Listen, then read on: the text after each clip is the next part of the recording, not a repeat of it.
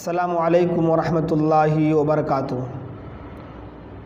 الحمدللہ رب العالمین والصلاة والسلام علی سید الانبیاء والمرسلین وعلی آلہ وصحبہ اجمعین ومن تبعہم بإحسان الی یوم الدین، اما بعد۔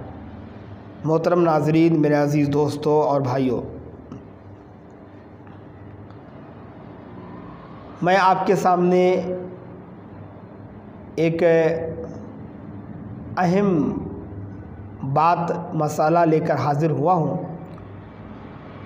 اور وہ یہ ہے کہ جب ہم کسی کے انتقال پر جاتے ہیں، کفن دفن کے بعد جب مٹی ڈالتے ہیں تو وہاں ایک دعا پڑھتے ہیں، منہا خلقناکم وفیہا نعیدکم ومنہا نخرجکم تارۃ اخری۔ یہ سورۃ طٰہٰ کی آیت ہے۔ مٹی ڈالتے وقت اس کو پڑھی جاتی ہیں، اور بہت سارے لوگ اس سے لا علم ہیں کہ یہ پڑھنا ہے کہ نہیں پڑھنا ہے۔ میرے ساتھ بھی ایسا اتفاق ہوا ایک بار، خود میری والدہ کے انتقال کے موقع پر مٹی ڈالنے والے نے 2-3 صاحب نے اسے پڑھا، تو مجھے بعد میں اس کا علم ہوا کہ پڑھنا کہ نہیں پڑھنا۔ تو اس سلسلے میں کچھ تفصیلات میں آپ کے سامنے رکھتا ہوں۔ امام نووی نے رحمۃ اللہ علیہ نے اپنی تالیف الاذکار میں بیان کیا ہے۔ سب سے پہلے وہ لکھتے ہیں کہ السنۃ ان کان علی القبر ان یحط فی القبر 3 حصیات بیدہ جمیعا من قبل راسہ۔ میت کی سرہانے کی طرف سے قبر پر 3 لپ مٹی ڈالنا مستحب ہے۔ یہاں تک تو صحیح ہے، 3 لپ مٹی ڈالنا صحیح ہے۔ آگے فرماتے ہیں قال جماعۃ من اصحابنا یستحب ان یقول فی، کہ ایک جماعت نے اسے مستحب، یعنی ایک جماعت نے تینوں لبوں پر مذکورہ آیت کے تینوں ٹکڑوں کو پڑھنے کو مستحب قرار دیا ہے۔ ایک جماعت نے ان 3 آیت کو، یعنی منہا خلقناکم وفیہا نعیدکم ومنہا نخرجکم تارۃ اخری کو الگ الگ ٹکڑے، 3 ٹکڑے ہیں، تینوں لب پر ڈالتے وقت پڑھنا بعض اصحاب نے مستحب قرار دیا ہے، جبکہ یہ بات صحیح نہیں ہے۔ ان کے بعد کے بعض لوگوں نے یہ بھی ثابت کر دیا کہ احادیث میں موجود ہے۔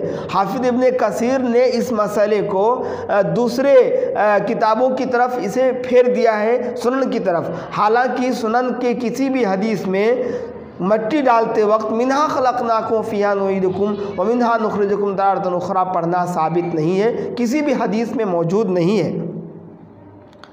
ہاں، سنن نسائی، البتہ مسند احمد، حاکم، سنن بہقی وغیرہ میں ابو امامہ رضی اللہ عنہ سے مذکور ہے کہ آپ نے اپنی بیٹی ام کلثوم کو قبر میں اتارتے وقت مذکورہ آیت پڑھی۔ معلوم کیا ہوا کہ یہ آیت کریمہ اتارتے وقت پڑھ سکتے ہیں، لیکن مٹی دیتے وقت آپ صلی اللہ علیہ وسلم سے ثابت نہیں ہے، اور سنن کی کسی کتاب میں بھی یہ حدیث موجود نہیں ہے۔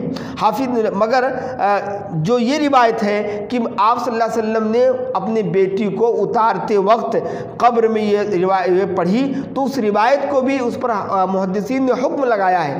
حافظ ابن حجر نے اس روایت کو ضعیف قرار دیا ہے، پھر تو یہ بھی ثابت نہیں ہے۔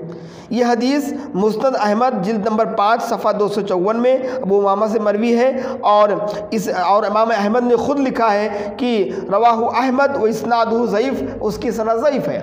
لہذا یہ دعا کا جو آیت کا ٹکڑا منہا خلقناکم وفیہا نعیدکم ومنہا نخرجکم تارۃ اخری، نہ ہی اسے آپ جب میت کو اتارتے وقت پڑھ سکتے ہیں، کیونکہ پڑھنے کی جو حدیث ہے وہ ضعیف ہے، حافظ حجر نے ضعیف قرار دیا ہے، اور نہ ہی مٹی کا لب ڈالتے ہوئے بھی آپ پڑھ سکتے ہیں۔ لہذا کسی بھی حدیث سے ثابت نہیں ہے کہ یہ آیت کریمہ، مذکورہ آیت کریمہ پڑھی جائے، لہذا اس سے اجتناب کرنا چاہیے۔ جو آپ صلی اللہ علیہ وسلم سے ثابت نہیں ہے، آپ کے اصحاب سے جو ثابت نہیں ہے، محدثین نے جسے ضعیف قرار دیا ہے، اسے اپنی زندگی کا حصہ نہیں بنانا چاہیے، بلکہ اس سے بچنا چاہیے۔ ہمارے اللہ سے دعا، اللہ تبارک و تعالی ہم تمام اہل ایمان کو دین کے کامل سمجھ عطا فرما۔ آمین، وآخر دعوانا ان الحمدللہ رب العالمین۔